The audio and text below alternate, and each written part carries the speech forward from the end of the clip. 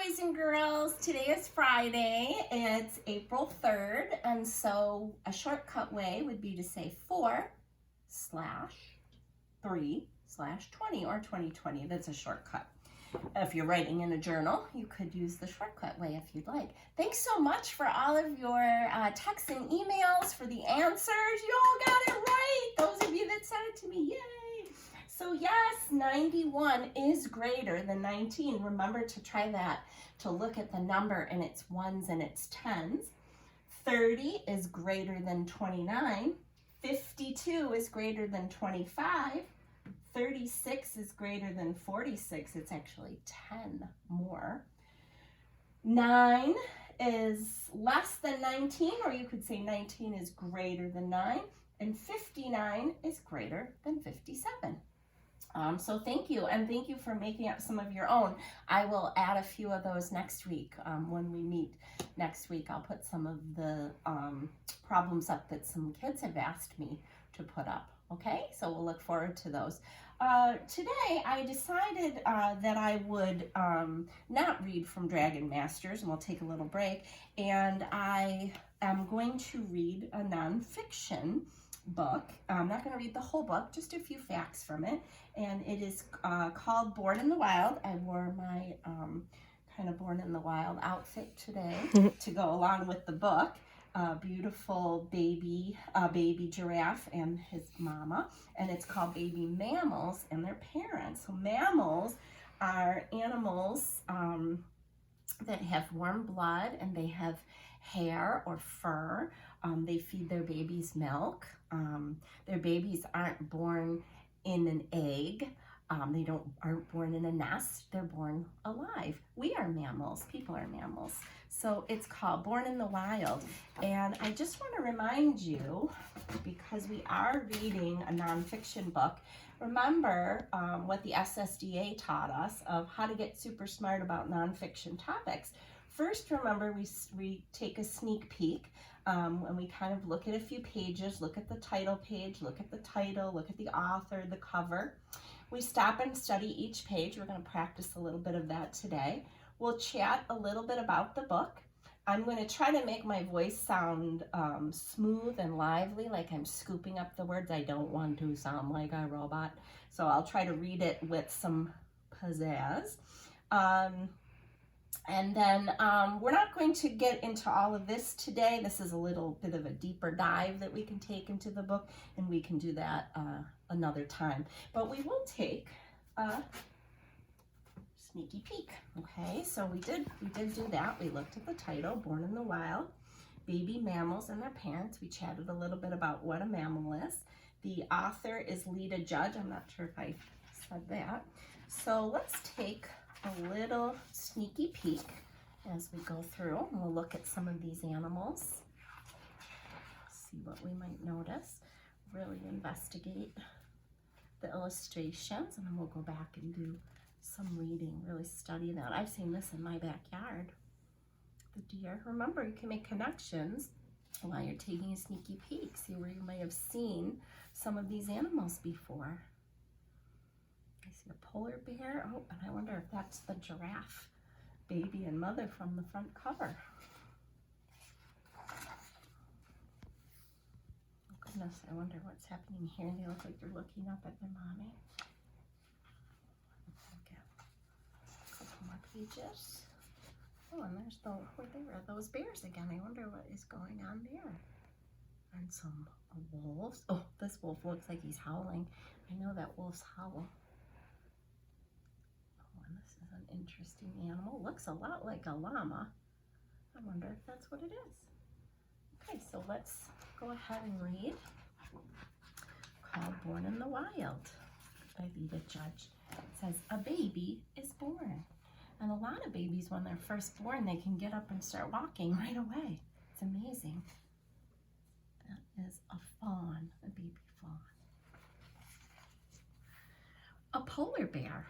Polar bear cubs, baby polar bears are called cubs. They arrive tiny, blind, and nearly hairless. When I read this page, I make a connection to baby Noel. Do you remember little baby Noel, our rat? He was born blind. He was also born without hair. He looked like a little tiny, like almost like the size of our thumb. He was so tiny. So he was very similar in his look to a polar bear cub, and Noel is also a mammal.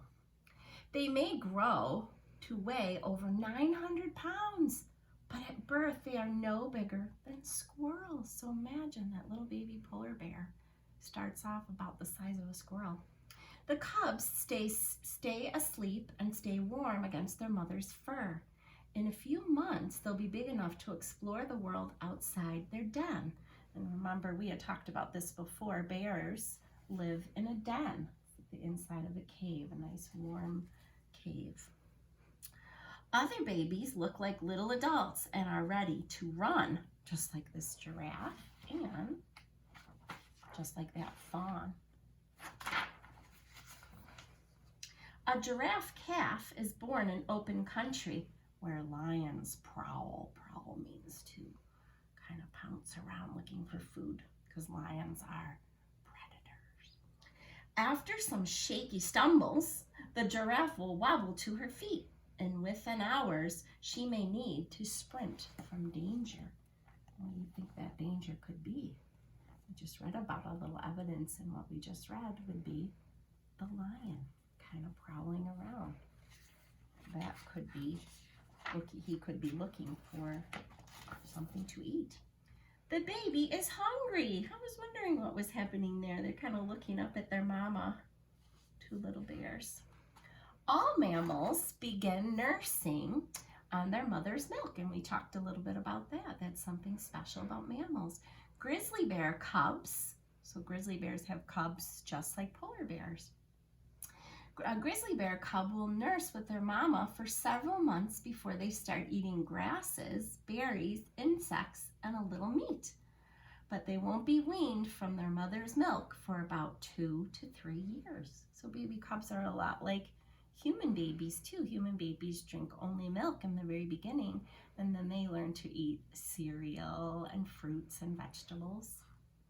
Wolf pups grow tiny teeth in their very first 3 weeks, but the meat they eat is so tough that the pups rely, and that means that they expect or need their moms, to chew and regurgitate. Does anybody know what that word means? It's kind of gross, but that's how animals can survive in the wild. Their mama has to chew the food up and then kind of spit it out into their mouth, kind of chewed up.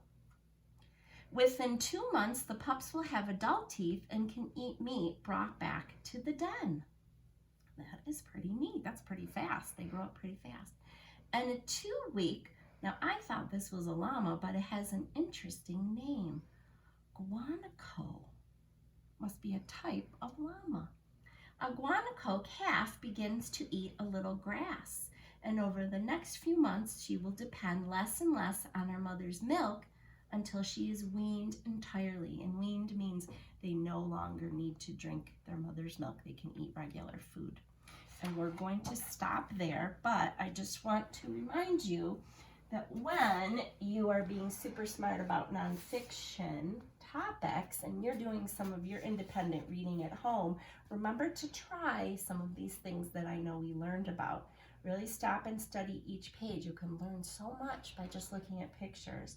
And then chat about the pages in a book. Remember, if you want to chat with Mrs. Mitchell, just let me know that you want to have a Google meeting with me and we can chat about your book. Just say, Mrs. Mitchell, let's have a Google Meet, and I will send you a link. Or you can text me on my phone and we can meet that way, because I would love to listen to you chat about your books. Okay, so tonight, if you're going to read any nonfiction books, give some of these things a try as we get super smart about nonfiction topics. Okay, all right, good night, boys and girls. Have a wonderful weekend. Bye-bye.